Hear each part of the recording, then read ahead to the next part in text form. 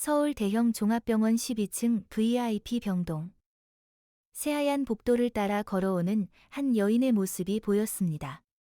이서은, 27세. 단정하게 묶은 머리와 온화한 미소 뒤에는 그 누구도 짐작할 수 없는 차가운 계획이 숨어 있었지요. 안녕하세요. 오늘부터 이곳에서 근무하게 된 간병인 이서은입니다. 수간호사는 서은의 이력서를 다시 한번 훑어봤습니다. 완벽한 경력, 추천서, 그리고 따뜻한 인상.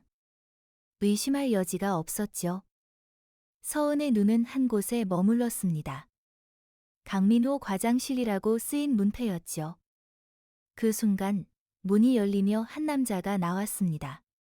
40대 중반의 의사, 강민호.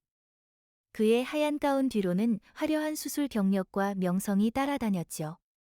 하지만 서은의 눈에는 전혀 다른 것이 보였습니다. 5년 전 아버지를 죽음으로 몰아넣은 그 냉혹한 얼굴이었죠. 새로 오신 간병인 분이시군요. 서은의 본명은 박지혜였습니다.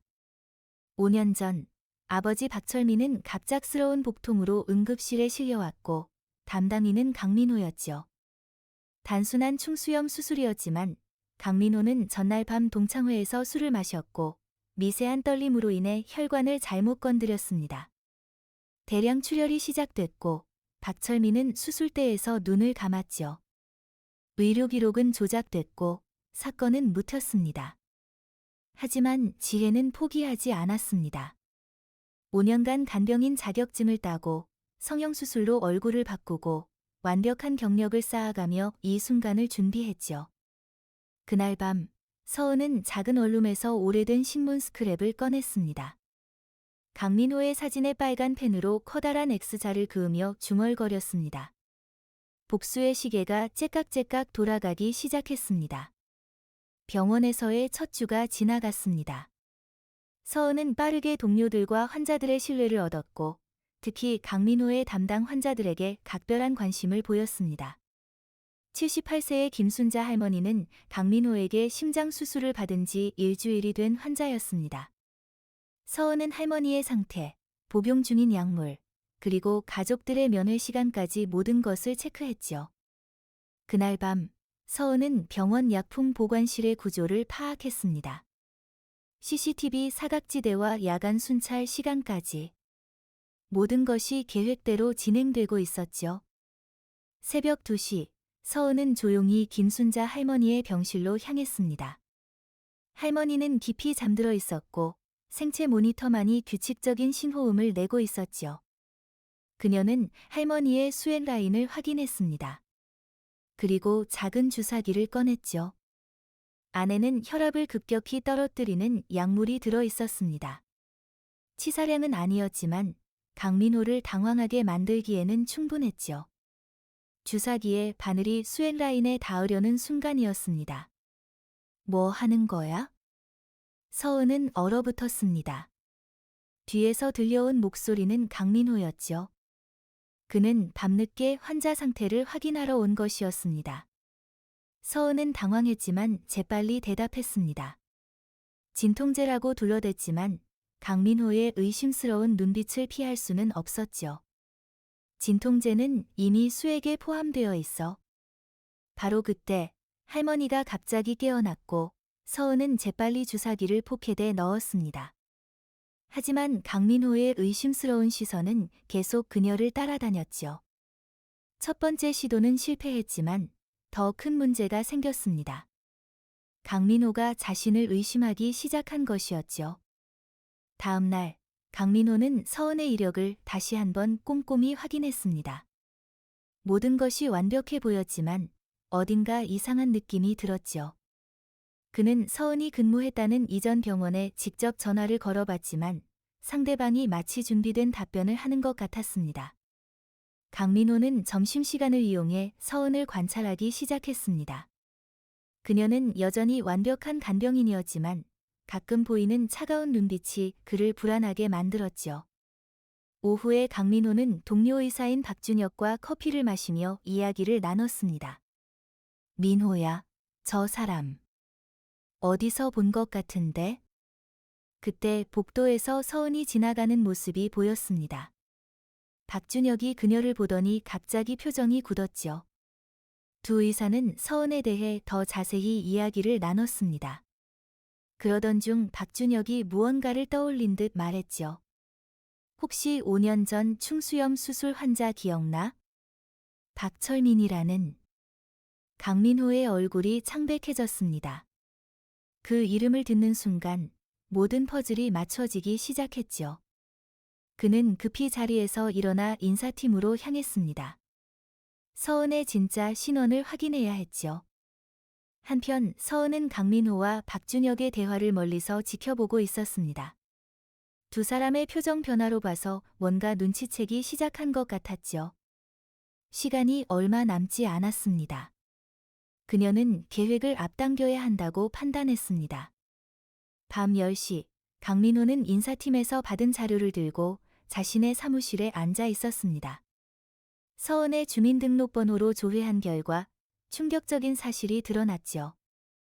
이서은이라는 이름은 1년 전에 개명한 것이었고 원래 이름은 박지혜였습니다. 강민호의 손이 떨렸습니다. 박철민의 딸이라니. 5년 전 그 어린 소녀가 이렇게 돌아온 것이었죠. 그 순간 사무실 문이 조용히 열렸습니다. 서은이 들어오고 있었죠. 그녀의 얼굴에는 더 이상 온화한 미소가 없었습니다. 강민호는 재빨리 서류를 서랍에 넣으며 평정을 유지하려 했습니다. 하지만 서은의 변한 눈빛을 보는 순간 모든 것이 끝났다는 걸 알았지요. 서은은 문을 닫고 강민호에게 천천히 다가왔습니다. 그녀의 발걸음 하나하나에는 5년간의 복수심이 담겨 있었지요. 5년 전 일 기억나시나요? 박철민. 제 아버지요. 침묵이 흘렀습니다. 강민호는 서은의 차가운 목소리를 들으며 등골이 서늘해졌지요. 드디어 그 순간이 온 것이었습니다. 서은은 주머니에서 작은 주사기를 꺼냈습니다. 투명한 액체가 들어있었고 그것이 무엇인지 강민호는 알 수 있었지요.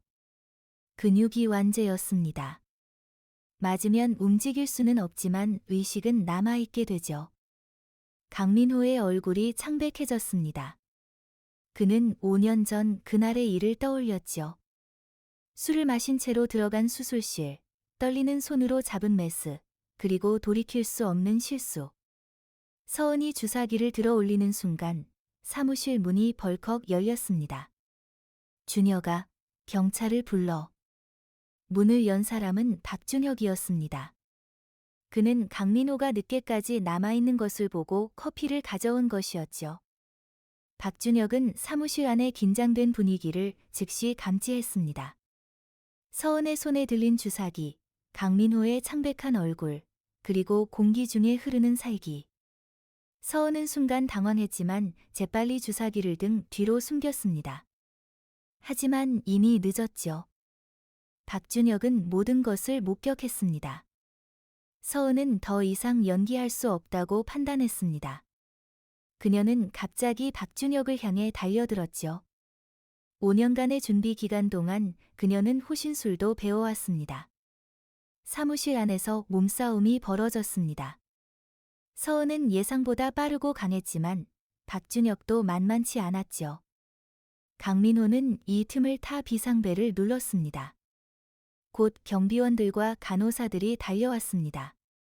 서은은 체포되었지만 그녀의 눈에는 여전히 복수에 대한 갈망이 남아있었지요. 경찰서 조사실은 차가운 형광등 불빛으로 가득했습니다. 서은은 수갑을 찬 채 의자에 앉아 있었고 형사는 그녀의 진술을 받고 있었지요. 하지만 서은은 입을 굳게 다물고 있었습니다. 한편 병원에서는 비상사태가 발생했습니다. 서은이 간병인으로 일하는 동안 담당했던 모든 환자들을 재검진해야 했지요.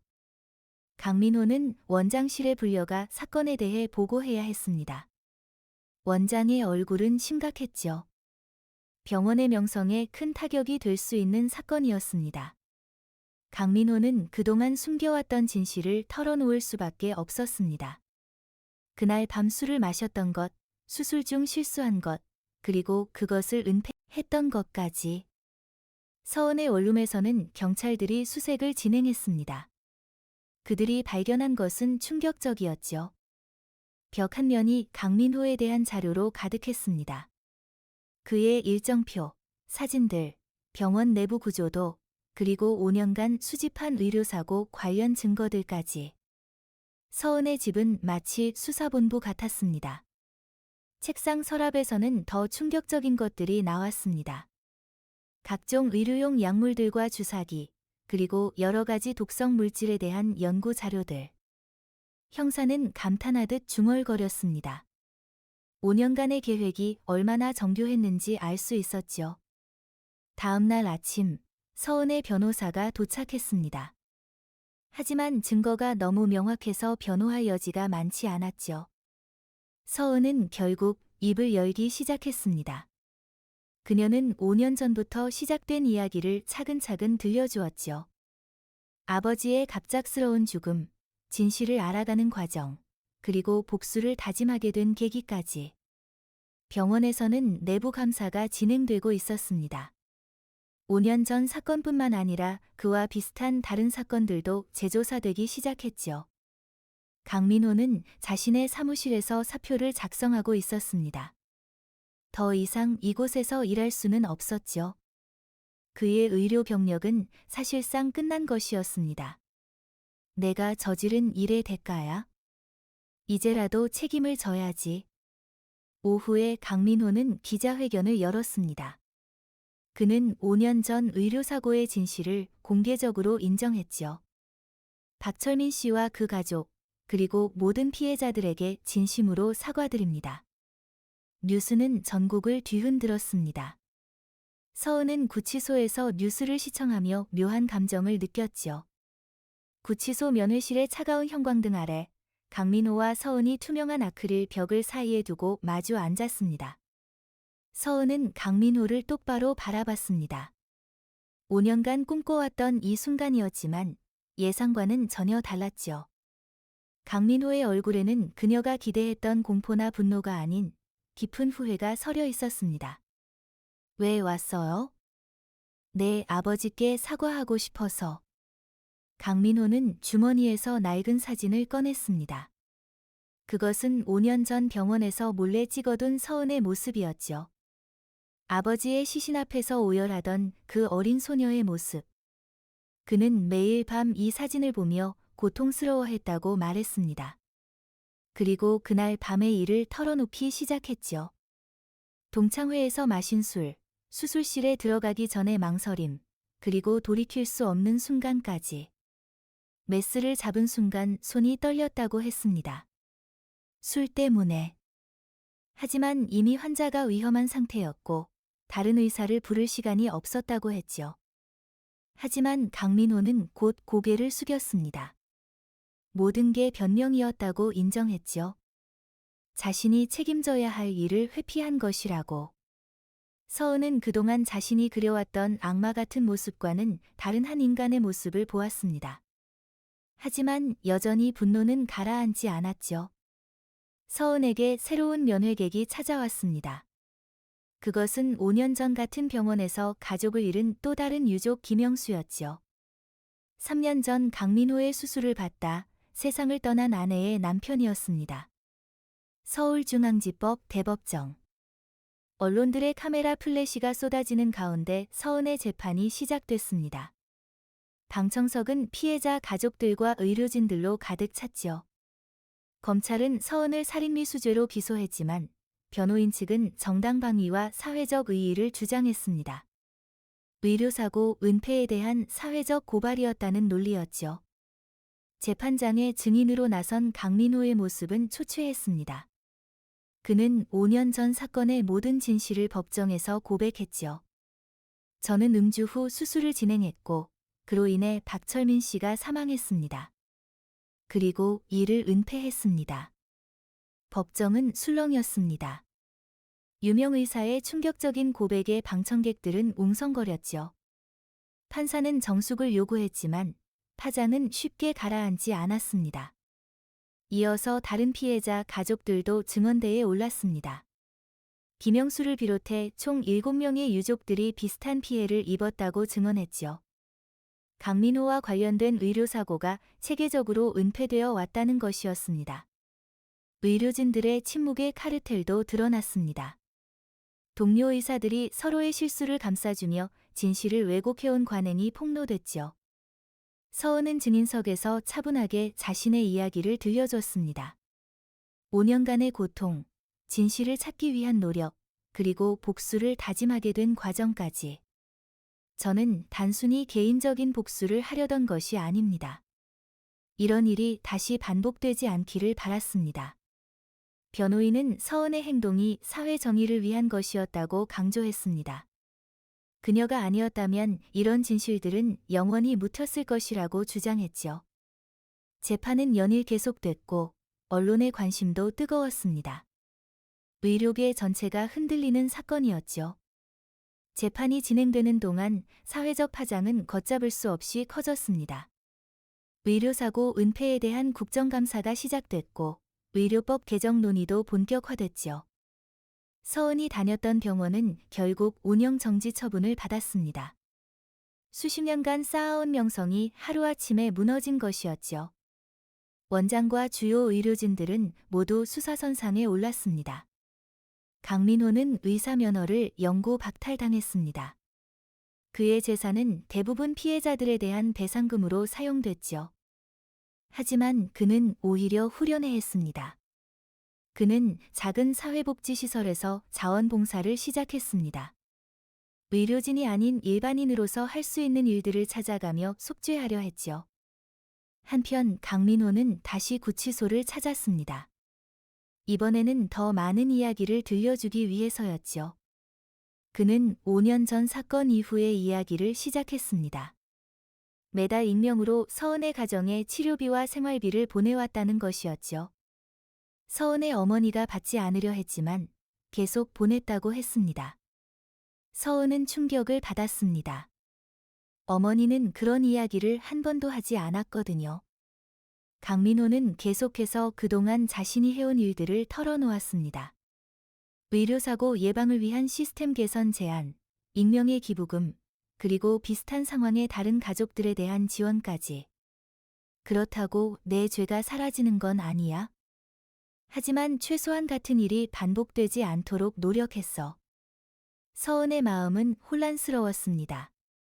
그동안 자신이 그려왔던 강민호의 모습과 너무 달랐거든요. 그럼 왜 진실을 말하지 않으셨어요? 처음부터 솔직했다면 이런 일은 없었을 텐데. 강민호는 고개를 숙였습니다. 무서웠다고 했습니다. 의사로서의 경력, 명성, 미래, 모든 걸 잃을까 봐. 재판부는 어려운 판단을 내려야 했습니다.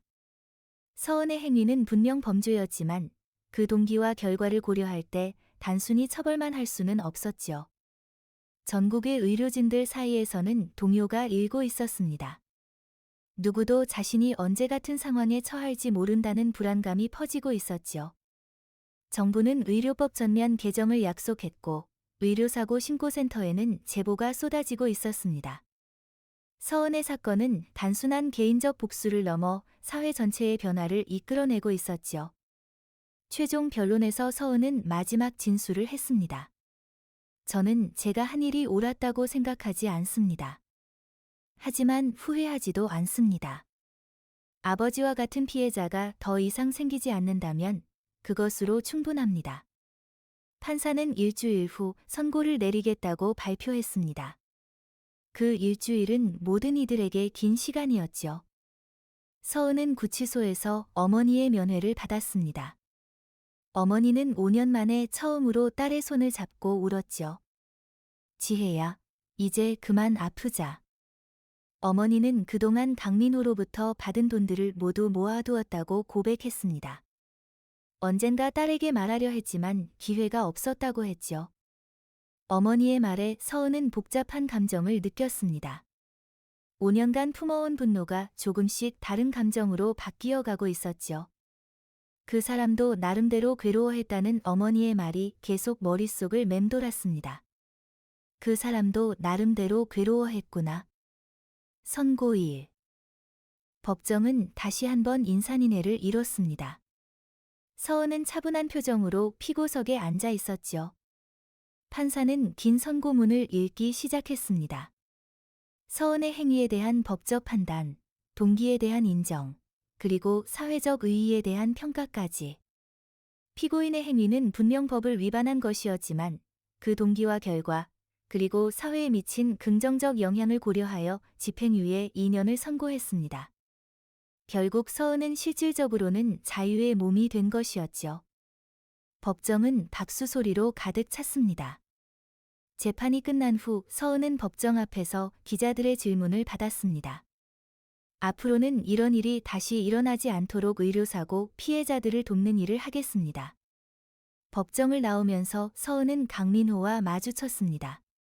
두 사람은 잠시 서로를 바라봤죠. 강민호가 먼저 고개를 숙였고 서은도 조용히 고개를 끄덕였습니다. 완전한 용서는 아니었지만 적어도 증오는 아니었습니다. 6개월 후 서은은 의료사고 피해자 가족들을 돕는 NGO 단체를 설립했습니다. 강민호 사건을 계기로 의료법이 개정됐고 의료사고 은폐에 대한 처벌이 강화됐죠. 전국의 병원들은 의료사고 신고 의무화, CCTV 설치 의무화, 제3자 참관 수술 등 새로운 시스템을 도입했습니다.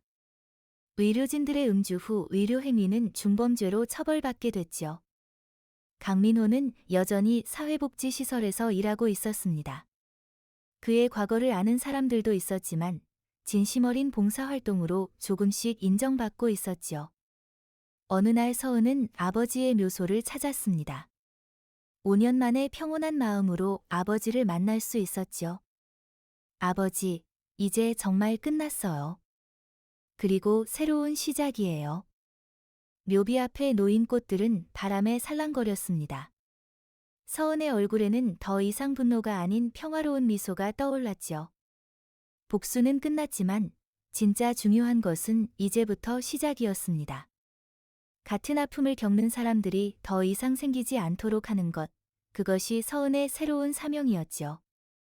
서울 하늘에는 따뜻한 봄볕이 내리고 있었습니다. 긴 겨울이 끝나고 새로운 계절이 시작되는 것처럼 서은에게도 새로운 삶이 펼쳐지고 있었습니다. 뉴스에서는 연일 의료계 개혁 소식이 전해졌고 서은이 설립한 NGO에는 전국에서 도움을 요청하는 전화가 쏟아지고 있었습니다. 그녀의 복수는 개인적 한을 풀었을 뿐만 아니라 사회 전체를 변화시키는 거대한 물결이 되었던 것입니다. 오늘 영상이 마음에 닿았다면 좋아요와 구독, 알림 설정 부탁드립니다. 여러분의 관심과 응원이 다음 콘텐츠를 만드는 힘이 됩니다. 댓글로 생각을 들려주시면 함께 이야기 이어가겠습니다. 감사합니다.